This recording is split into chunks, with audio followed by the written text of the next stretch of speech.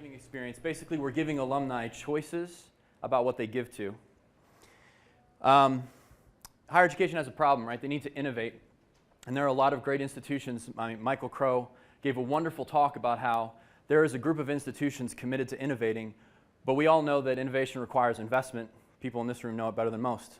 Unfortunately, right now, universities are dependent on philanthropy as their revenue source, and it's not really working because it's costing them way too much to get the kind of volume that they need. How many people here give to your alma mater? Right? How many people, right? And how many people are being asked to give? Right? How compelling do you find it? You're not alone.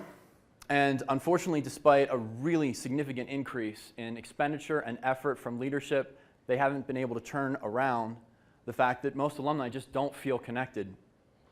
It comes down to this. There was a time when donors just gave their money to charity and let the charity decide how to spend it. Today's donor wants to know where their money's going to go, and they want to have a say in how it's going to be used. We're providing universities with the system that they need to deliver that value proposition. It starts with an enterprise crowdfunding platform that's distributed across the entire campus so that students, faculty, alumni, and staff who run programs and all kinds of initiatives can submit to the central office campaigns that you can choose to donate to. We teach them and we empower them with a volunteer management system behind the scenes how to reach out to the world, right? Not just alumni, but their family, their friends, their community, people who care about the things they care about, their tribe.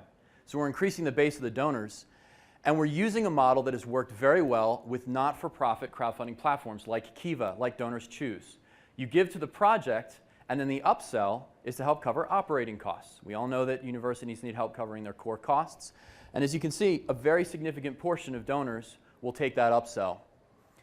All this comes together in a platform. Give the university their own crowdfunding, Kickstarter-like application process.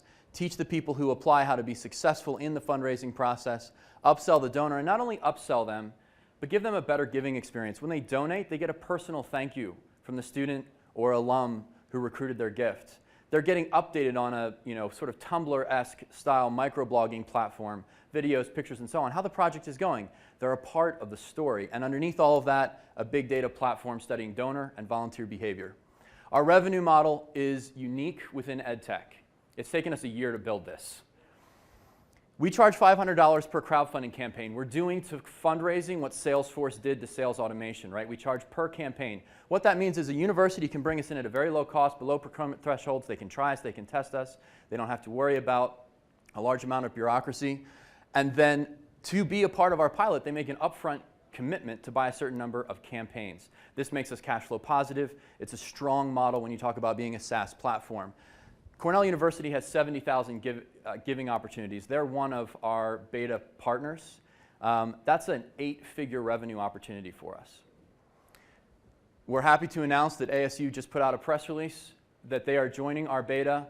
Rick, who's the CEO of their foundation, has publicly stated that he wants to scale us to thousands of campaigns as quickly as possible and is looking at an opening order of 500 campaigns. So it's really exciting to see how this can scale and how quickly it can scale. This is our traction in the marketplace. We're focused right now on the top 100 universities. We're very fortunate to be working with top-tier institutions. It means that we have the opportunity to be the market leader in a new and exciting space.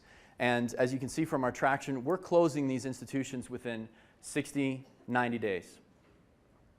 Andrew Gosen, who is the thought leader in how to engage alumni with technology, is presenting USEED at a TEDx-style talk at the Case Summit, where our customer will be the executives who run the development office. And so this is a great opportunity for us to go from beta to a much more expanded pilot. These revenue projections are adjusted on our model, and what this reflects is that USEED is kind of coming in and introducing a new model, and so there's some delayed revenue, just like there always is with SaaS, but the upside is pretty significant in terms of growth. This is our team. We are 100% committed to higher education. My mom's a PhD in education theory. I've been the guinea pig of every form of pedagogy known to man, and a few that no one's ever heard of. I started my first company at 16. I've always been passionate about the use of technology in education, but I've also had the benefit of deploying SaaS technologies in many types of institutions, including small and very large nonprofits. The rest of our team, right along the way. Matt Race, student leader on his campus, operation management. He's our inside guy. He runs the daily implementations, and he actually founded his entrepreneurship program, so students can really relate to him as he's rolling this out on campus. Tim, who has his PhD in computer science, this is a guy who built an enterprise SaaS by himself. He's more productive than whole teams of developers I've managed. And Abby Reinhard was our transformative fourth founder. Besides being a woman, and let's lean in, people, she is adding a new perspective, but she's also our domain expert. She was in charge of fundraising campaigns at Harvard, and our customers have said that having her as a part of our founding team makes them feel a lot more comfortable working with us. It comes down to this. John Katzman, who you already heard from, who we're a big fan of, and other advisors that we've recruited understand that there is an opportunity here to dramatically shift what philanthropy means in higher education, and USEED is poised to be a major contributor in that change. We have a seed raise, money committed. Use of funds is going to go mostly to taking on the task of scaling here at ASU and getting to the ambitions of the institution we have. This is my information. One more thing. USEED is a B Corp. You've seen what the company looks like. Let me tell you a little bit about our mission. Our passion is to empower a generation of innovators. Our students want to get learning outside of the classroom. They crave it. Employers demand it. And what it comes down to is that's a premium on their tuition. If we're going to help students gain real-world experience, we're going to have to find a model that can fund it at scale.